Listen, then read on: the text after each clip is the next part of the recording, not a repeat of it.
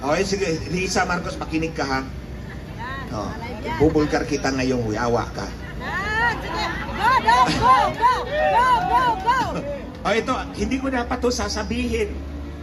Pero dahil kumukulo talaga yung dugo ko papunta rito, mahaba pa yung travel ko traffic eh.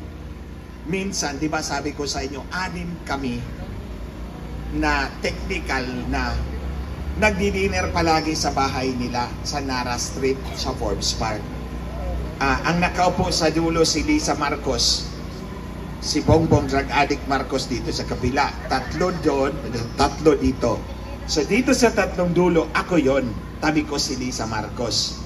Kasi palagi niya akong kinakabit, tala na, mag-yosi na tayo. Kami lang kasi yung nag-yosi. Sa 8 tao na yon, 2 lang kaming nag-yosi, kaming 2. Na nang pumunta na kami sa garden, makinig ka Lisa Marcos, makinig ka, yawa ka talaga, animal ka. Nag-yosi na kami. Tapos sabi niya, alam mo, pag si Bongit hindi sumunod sa akin, ayoko magpaiyot sa kanya. Siyempre, nasyak ako. Ikot niyan, gawin yung TikTok yan. Ulitin ko. Alam mo, pag si Bongit hindi sumunod sa akin, si Bongit, si Marcos yon, ayoko magpaiyot sa kanya. Siyempre, nasyak ako. Kung hindi ba nagbangag tong babaeng to? Wala namang kasama doon sa kanilang higaan hindi naman kasama sa kanilang kasalan ba't mo sasabihin sa akin yan? I'm an entirely separate person, entity, tapos sasabihin mo sa akin ayaw mo magpaiyot pag hindi sumunod yung asawa mo sa kanya? Hindi ka pa naman bangag. Bangag. Kaya nagtatanong nga si Maharlika one time may ano ka ba, may indication ka ba na bangag talaga itong mag-asawa? Hindi ko na lang sinabi kasi ayoko sana. Ayaw kong tantanan itong mga animal na to di vulgar na kita. Lisa, isa pa lang yan ha. Marami pa. Tandaan mo, 6 na taon kang nagdadakdak na ako lang nakakarinig. So, ayan mga kababayan, para malaman ninyo kung gaano kabangag ang utak nitong babaeng bruhang ito. Imagine ka, kung hindi susunod si Bongit sa akin, ayoko magpaiyot sa kanya. Kaya nga paulit-ulit ko sinasabi sa inyo mga kababayan, si Bongbong Marcos, si Bongbong Marcos, alipin talaga yan ni Lisa Marcos. Lahat ng dikta ni Lisa Marcos, susundin ni Bongbong Marcos. Kung hindi siya makaiyot.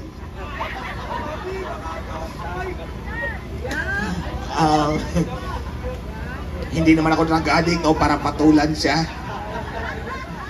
Anyway, mga kababayan, we are faced with a graver issue today.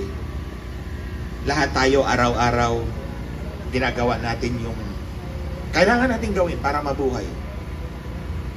Pumili tayo ng mga leader natin na sana with a hope na kapag nakaupo sila, they will give us a better future, a better lives, di po ba?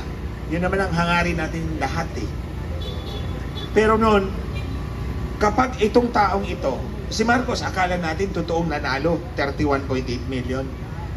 Yung pala, minanipula lang pala nila. Siyempre, ang bangag mismo din ang nagsabi na dadayain niya yung eleksyon. Diba? Si Lisa Marcos din, I have a meeting with the owners of Smartmatic. I need 2 technical guys, but not you because they hate you so much. Paulit-ulit kong sinasabi to dahil itong laban na to between the Marcoses plus the idiot Romualdez and Inday Sara, walang ibang patutunguhan ito kundi manatili ang mga Marcos sa kapangyarihan. Ito yung target nila. Si Inday Sara, alam nila yon. Ito pa, insecure si Marcos kay Inday Sara. Napaka-insecure ni Marcos kay Inday Sara dahil alam niya ito yung totoong mahal ng taong bayan. Ito yung totoong pinili ng taong bayan. Samantalang siya, kailangan pa niya mandaya para lang tumapat yung boto niya. O, di ba? Kailangan nila attorney manggagamit. Iba pa yan. Totoo yan. Manggagamit talaga. Manggagamit na walang utang na loob. Yan, walang utang na loob. Ikaw pa, ang may utang na loob na nakatulong sa kanila, leche. Hindi siya nanalo dahil hindi dahil kay Ang sarap suntukin ng mga animal na to. Kung alam ko lang, sinuntok ko na. Kapal ng mukha. Kapal ng mukha. Totoo yan. Sabi. Ikaw na nga ang nakatulong sa kanila. Ikaw pa may utang na loob na nakatulong ka sa kanila. Parang baliktad talaga yata yung pag-iisip nitong mga bangag na to. Bangag talaga. Di ba? Huwag po tayong matakot lumaban sa kanila.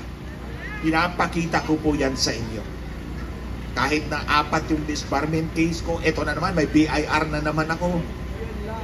Eto, nandito pa rin ako sa harapan ninyo. Pinapakita ko pa rin yung suporta ko para kay Inday Sara, para sa ating lahat na Pilipino. Ito ay laban natin. Huwag nating hayaan si Inday Sara na lumaban ng sarili lang niya. Hindi niya kaya yon. Tandaan nyo, ang kalaban niya, kapulisan, militar, lahat ng kapangyarihan ng gobyerno, Kongreso, Senado. Ang tanging kakampi ni Inday Sara, tayong mga ordinaryong mamamayang Pilipino. Pero tandaan ninyo mga kababayan, nasa kamay ninyo at kamay ko ang totoong kapangyarihan sa bansang ito. Tandaan nyo yan. At the end of the day, tayo pa rin ordinaryong mamamayang Pilipino ang mananaig at mananalo sa tulong at awa ng Diyos. Pero hindi natin pwedeng hayaan si Inday Sara na lumaban sa kanyang sarili lamang o siya lang all by herself. Itong ginagawa natin is one step in the right direction. Sa ating mga kababayan online, ipakita po ninyo yung pagsuporta mo para sa ating mga kababayan, para kay Inday Sara. Laban sa mga bangag na to. Walang mandato si Marcos. I do not respect this drug addict as president. I do not even call him president. He is an impostor. At hindi nga lang yan eh.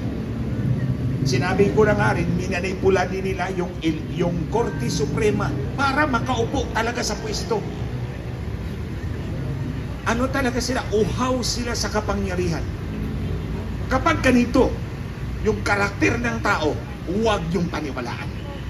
Huwag yung paniwalaan ang taong uhaw na uhaw sa kapangyarihan at gagawin ang lahat ng kabulastugan, makamtan lang, makapture lang ang political power. Hindi ganyan si Inday Sara, di po ba?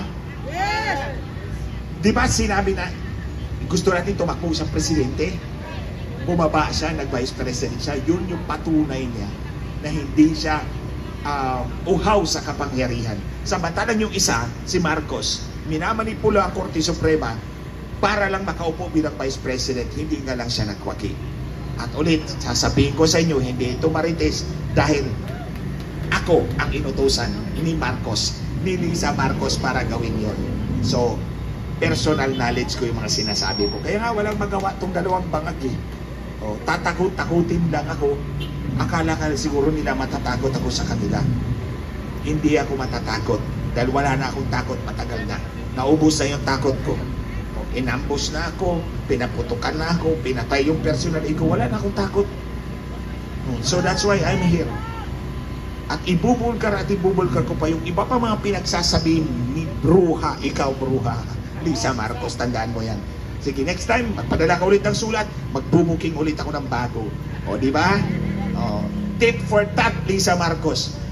Basta ayaw sumunod ni Bungit sa akin, ayaw ko magpaiyot sa kanya. Ulit-ulitin ko yan. Okay? Sa mga kababayan, patuloy po nating suportahan ang ating minamahal na Vice President, totoong halal ng taong bayan, laban sa mga impostor na to, sa mga uhaw sa kapangyarihan.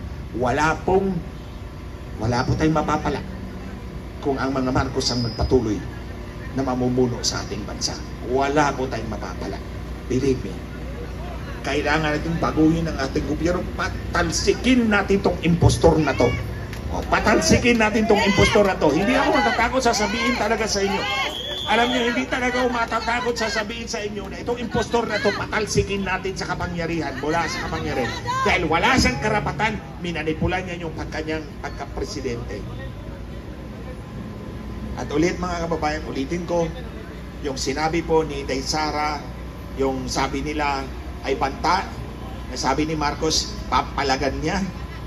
Hindi po ganun kasama ang ibig sabihin ni Inday Sara. It is a matter of survival. A matter of survival that I know, pag ginamit mo yan, you will survive. Because ginamit ko na yung script na yan dati pa. Kaya nga sinasabi ko sa inyo, yung sasabihin ko sa inyo ngayon, personal na karanasan ko. Hindi marites, hindi haka-haka, hindi opinion, hindi teorya. Totoong nangyayari sa buhay. So, we take it as that. Huwag po tayong maniwala na nagbanta nga talaga si Inday Sara. It's a matter of survival. So, muli, sa mga susunod na araw, babalik na lang po ako rito. Actually, nauna na po ako sa inyong lahat. 4:30 ng hapon nung Saturday, nandito na ako. Pumasok na ako dyan sa veterans. O, hinahanap ko yung mga kasama ko. Kayo, wala pa kayo. Gabi pa yata kayo nagsimula, di ba? Parang gabi pa kayo nagsimula. 4:30, nandun ako sa loob sa may emergency. Tapos 5 o'clock, umalis na ako kasi wala naman ako. Hindi naman ako pwedeng magsalita doon. Magdakdak ako lang ng sarili. Wala kayo eh. So, si Bishop dumating alas 5, nung Saturday pa lang. Tapos kahapon kasi kanina may hearing po ako sa korte. So, kailangan ko mag-prepare kagabi. So, ngayon, tapos yung hearing ko, andito po ako sa inyo. Muli, maraming salamat po. Ipakalat po ninyo sa TikTok yung ayaw niyang magpaiyot. Para makita for all the world to see na bangag talaga ang bruhang ito. Maraming salamat. Palakpakan po natin, Attorney Ben Chong!